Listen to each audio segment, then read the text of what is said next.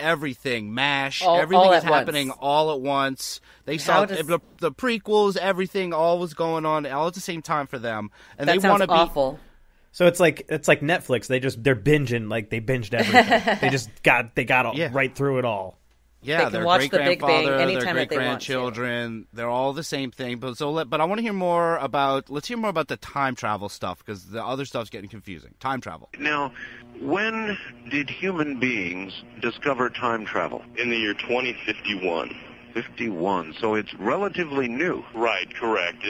And ironically, and same with the weather control, ironically, it is from MIM technology that we got it. All right, so again, so that we all MIM were not aggressive at first. The MIM are trying to cool the planet. Correct. They're actually trying to cool the planet. So the humans, you and your group, are coming from the year 2063, trying to modify the weather and make it warmer. Right, gradually warming the planet. So it will be completely inhospitable for the MIM. Correct.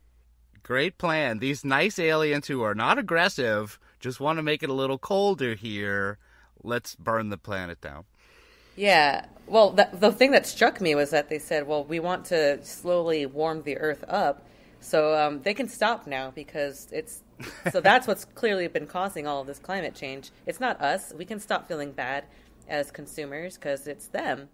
Yeah, it's not even an election issue. It's warm this is now. time travelers. No. This is MIMS. This is everything. MIMS, come back, please. But I got to ask you, I got to just say one thing. I just want you guys to remember this next thing. Where do the MIM exist? They exist in all times all at once, and we are following a linear course. That is right. And that's the only part of the universe is what we live in exists that way, and they want that. They want our planet, our resources, or they want our, in effect, our dimension, our linear way of living in Right. We're sure they want the resources as well, but the main reason we feel is that they want the linear aspects of time. Ah, yes, they want that whole chaos of their existence to stop and just Okay. live peacefully. They took our time, pretty much, is what he's trying to say. Is pretty much that they're trying to come and take our fucking time from us. Yeah, Oh my they're God. gonna throw us See- in that fourth dimension, and maybe we're in it right now. That's why things keep changing around. That's why So what they're trying to say is that the cornucopia won't go away. The fourth dimension is bad. You've gone too far. So the third dimension is like the perfect dimension. Is that what he's trying to say here? Well, yeah, It they sounds just like want something a that. human would say. I don't know what he's talking about, because from what I've heard, this is what I've heard about gray aliens. They are nothing more than human fetuses grown to larger position and mind-controlled. That's Nice. what Yeah. I've heard from Stuart Swerdlow. Yeah, and like if they're existing all at once, all at the same time, like world without end, whatever that means, how are they able to keep visiting here and interacting with us and everything? I don't know. I'm going to have to hear some more from this guy because... Yeah, it's a nightmare. It really is. But now we have most of the background, and it's time for Art to get into some questions for a time traveler. In the year 2063, what kind of government do we have? It's not a one-world order per se. We do have the UN, which is in charge, but we do have sovereign nations. It would be more analogous to the United States now with different states, but you have a centralized government in Washington, D.C. Although the UN does not have its own armies per se, we do have leaders, and that's who I work for, is the UN. Okay, so it's not the NWO, it's the UN, but there's not an army, but it's actually like the states. It's actually just like right now, kind of, it sounds like to me. that doesn't sound very good. Maybe he thinks it's different right now. Yeah, I don't... That's, but Wait, he just what given- was this Art Bell episode? This is in 1998. Bill Okay. Clinton Okay. is deep in scandal right now. This is towards the end of the Clinton presidency. This is Monica, Fun all that stuff. stuff is going on. That's with the world of this. But he goes on to say that his group travels back to different time periods to change the weather gradually. And that what we call global warming is actually, it's just them. That's what they're doing. Not do it once. Let's hear. That it's not exactly man's industrial current presence that's doing this. I choose to call it. I choose to call it, by the way, What is the phrase that came up? Climactic incontinuity. Oh, thank you. I see you're a listener. Well, you are in archives. Climactic, I call it discontinuity. Whoa. That's he where said that guy archives lost too. me. Yeah. He said he's in archives. Hey, but before we get into that, there was 2 great soundboard clips there. It's not Art Bell if there's not soundboard clips, so let's hear the first one. Oh yeah, he's had a hard. He can't remember. He can't remember what the fuck it's called. That's the only one mean, Art. We're Does sound sorry, like he's Art. about to say climax. But guess what, Art? Don't worry about it because... Well, you are in archives. You're in archives. Archive. The other guy was excited. He's just so... Well, you are in archives. Well, they but at the end there, he really couldn't get that word out either. But here they are. Well, I got another soundboard clip from that. They confirmed the word they were trying to say at the end of that clip. Let's hear it. Discontinuity. They were so close to the word discontinuity. Discontinuity. That's like ETs. Discontinue. ETs. Extraterrestrials, indeed. Yes, I was thinking this is actually an alternate to discontinue that we might use at the end of maybe this episode, but let's hear this one again. Discontinuity. Discontinuity. Discontinuity. Discontinuity. Discontinuity. Discontinuity. I like that. Discontinuity. There They're you just go. repeating it back and forth to each other. It's so cute. Yeah, it's just like ETs. ETs. Extraterrestrials. Indeed. Thank you, Jay-Z Knight. But going on, Art has another great question here, which is what I'm sure we are all wondering as well.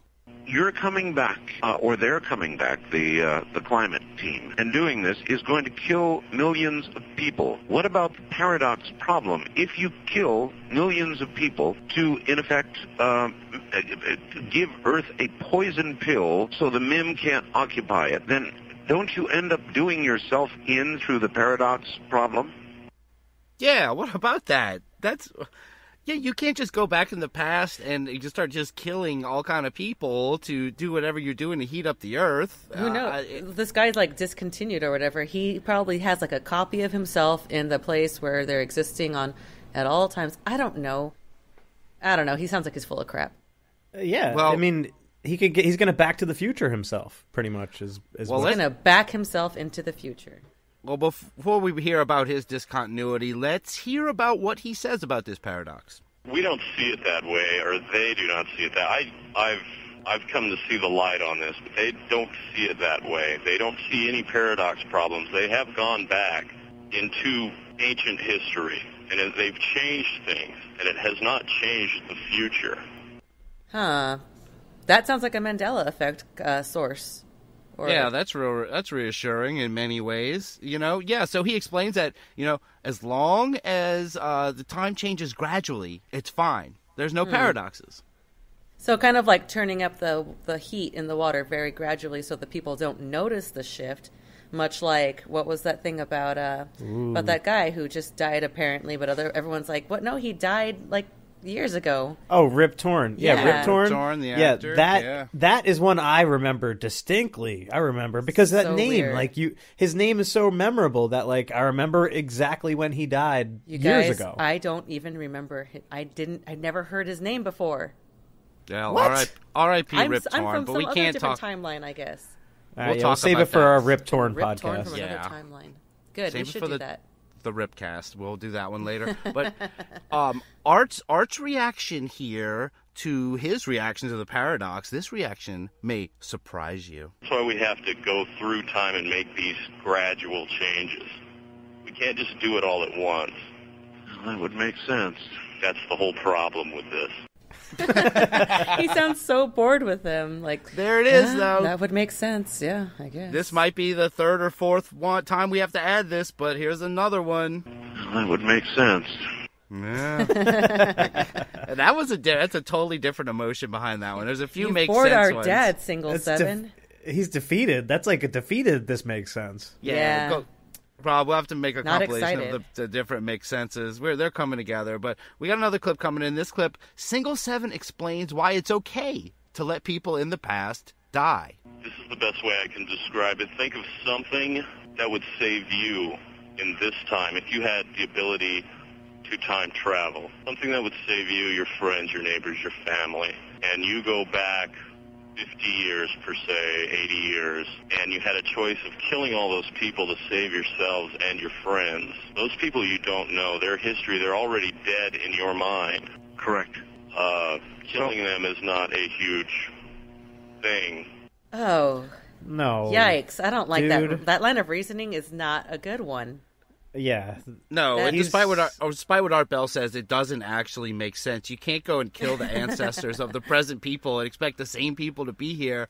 And plus, he's like, man, those people are like dead for years. Like, he came back to a time that I was alive and might be alive at the time in this future. All right? Yeah, what? Time. Yeah, fuck this guy.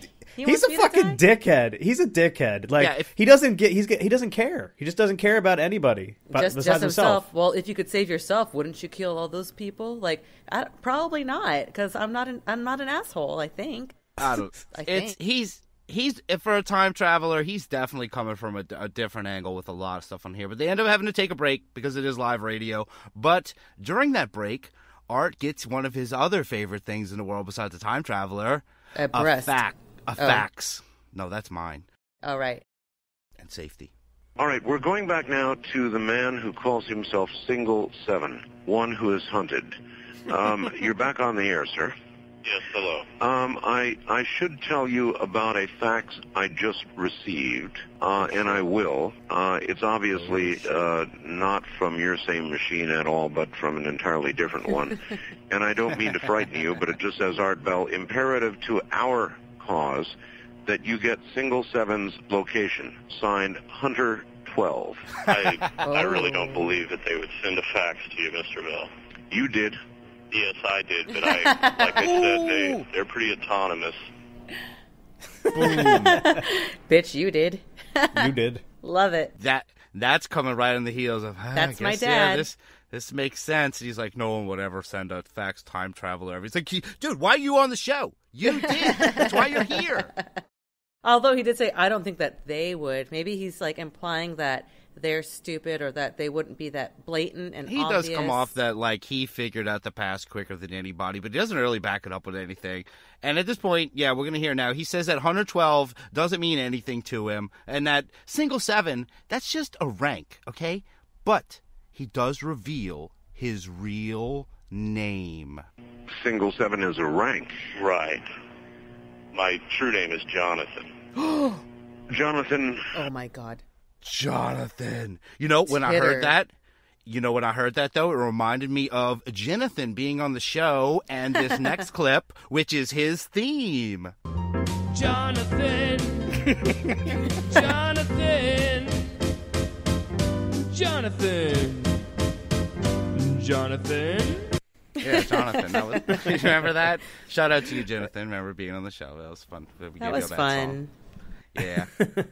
But that's it. Yeah, it's just a rank. Hunter 12. That, man, people are just trying to troll this guy on the show. Hunter 12. That doesn't mean anything. Single 7, whatever we want to call it. It didn't mean anything. It's just a rank. You could just get a rank that's called Single 7. That's what I don't get about his name, Russ. If his name is Single 7 and it's a rank, what? His name is Jonathon. Jonathon. Jonathon. Okay. 7. All right, Jonathon. Jonathan? Okay, yeah, you know what I meant. His code name. So if his code name is SINGLESEVE7, Single 7. Then what happened to 1 through 6? Then he's not single out there. He's not a singular. I don't understand his naming. That's just not how it works, Drea. Come on. The best part is we don't have to think about it anymore because his name is now. Stupid. It's Jonathan. It's now Jonathan. The thing I don't get is, so he's kind of like trying to stay. He's a rogue agent now, so he's trying to stay like secret. So why is he using his like the one name that they'll recognize him by as his moniker? Like, wouldn't you not want to be associated with that at all? Well, if you're trying to hide from throwing them? us off, like that's clearly not his real name. If you thought that's his real name, he heard that song. He Come heard on. that song and loved it and picked it. But I like this next part because this is when Jonathon, he's going to pull the old future man not understand this term. Oh God. So Say how the you old say nasty. how you say